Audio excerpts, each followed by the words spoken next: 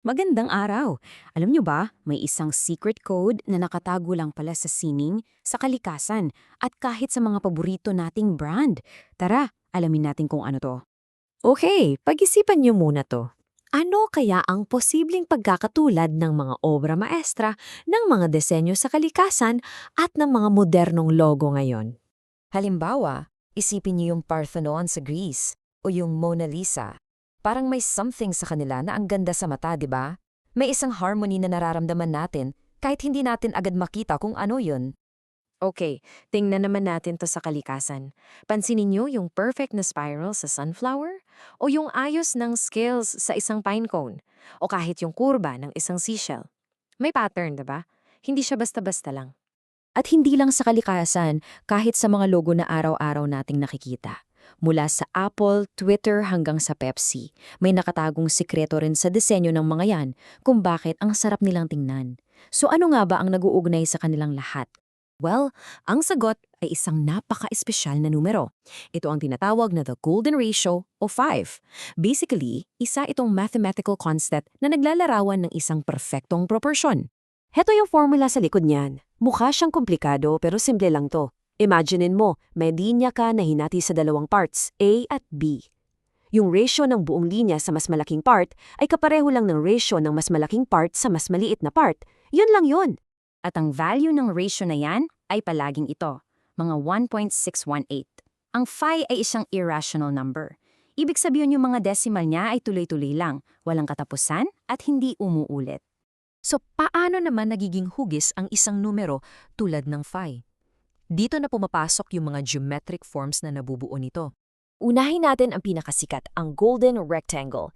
Isa itong parihaba kung saan ang ratio ng haba at lapad ay, you guessed it, 1.1618. Pero heto yung pinaka-cool na part. Kapag tinanggal mo ang isang perfect square sa loob niyan, yung matitira, isa pa ring golden rectangle, pero mas maliit. At ang nakakatuwa pa, kayang-kaya nating gumawa niyan. Ganito lang kasimple. Gawa ka lang ng square, hanapin mo yung gitna ng isang side, gumuhit ka ng linya papunta sa kabilang kanto, tapos iswing mo yung linya na yun pababa. Boom! Meron ka ng perfectong golden rectangle. At mula sa golden rectangle na yan, mabubuo naman natin ang golden spiral naman. Ito yung spiral na lumalawak sa bawat ikot at ito mismo yung spiral na madalas nating makita sa kalikasan, mula sa mga simpleng kabibe hanggang sa buong galaxy. At hindi lang hugis, merong ding golden angle. Ito yung anggulo na nabubuo kapag hinati mo ang isang bilog gamit ang golden ratio. Super importante nito, lalo na sa mga halaman, para ma-arrange nila ng maayos ang kanilang mga dahon. Ang sukat nito ay 137.5 degrees. Ito pala yung pinaka-efficient na anggulo para sa mga halaman. Tinitiyak nito na bawat bagong dahon ay makakakuha ng sapat na sikat ng araw at hindi matatakpan yung mga nasa ilalim. Grabe, parang mathematician din ang kalikasan. Ano? Teka, hindi pa dyan nagtatapos. May isa pang sikreto na sobrang amazing. May malalim na koneksyon pala ang golden ratio sa isang sikat na number sequence, ang Fibonacci sequence. Ang Fibonacci sequence, di ba, ay yung bawat number ay sum ng dalawang nauna. Heto yung magic. Kapag kinuha mo ang ratio ng dalawang magkasunod na numero tulad ng 13 divided by 8, habang tumatagal, yung sagot ay unti-unting lumalapit sa eksaktong value ng phi. Mind-blowing, di ba? Okay, so ngayong alam na natin yung mga concepts, ang tanong, saan ba natin talaga itong makikita sa paligid natin? Well, tulad ng nasabi na natin, laganap ito sa kalikasan, mula sa ayos ng mga dahon, sa bilang ng petals ng mga bulaklak, at kahit sa proporsyon ng mga buto sa sarili nating mga kamay.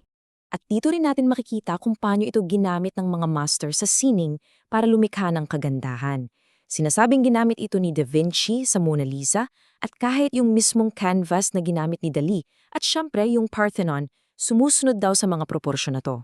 At hindi lang sa sinaunang sining, kahit ngayon, sinasadya itong gamitin ng mga malalaking kumpanya.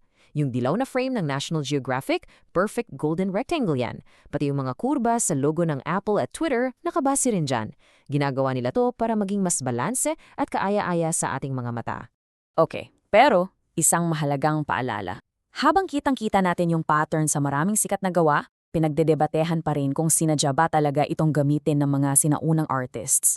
Posible kasing nagkakataon lang, o baka yung natural na pakiramdam natin ng kagandahan ay sadyang umaayon lang talaga sa ratio na to. Kaya naman, ang pinakamahalagang takeaway natin dito ay hindi lang isang lesson sa math. Ito ay isang bagong paraan para tingnan ang mundo sa paligid natin. So iiwan ko sa inyo ang tanong na to.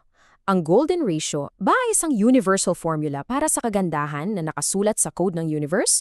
O baka namang resulta lang ito ng pagiging tao natin na likas na naghahanap ng pattern sa lahat ng bagay? Ano man ang sagot, isa ang sigurado. Ngayon, alam mo na ang sikreto. So sa susunod na tumingin ka sa isang bulaklak o sa isang painting, subukan mong hanapin ang golden ratio.